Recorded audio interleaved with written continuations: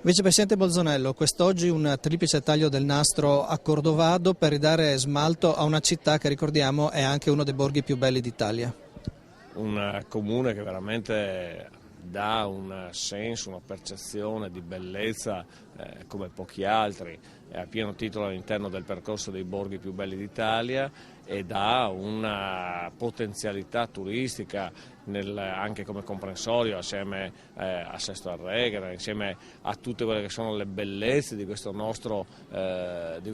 territorio della Bassa Pordenonese, che veramente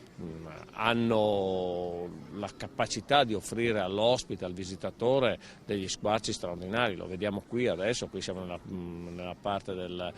percorso attorno al Palazzo Vescovile, al Castello Vescovile, che è veramente un qualcosa di straordinariamente bello e merita venire a farci una visita. Ma al di là di questo, oggi abbiamo visto denaro pubblico speso veramente molto bene, perché abbiamo visto il nuovo istituto comprensivo, l'ampliamento con questo passaggio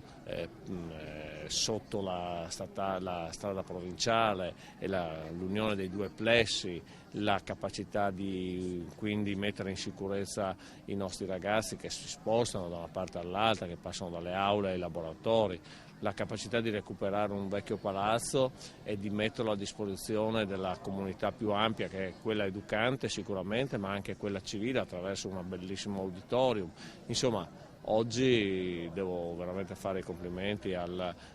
sindaco Francesco Toneguzzo, alla sua giunta, per la capacità che hanno avuto di leggere il territorio, di non stravolgerlo e allo stesso tempo di dare servizi importanti alla loro comunità.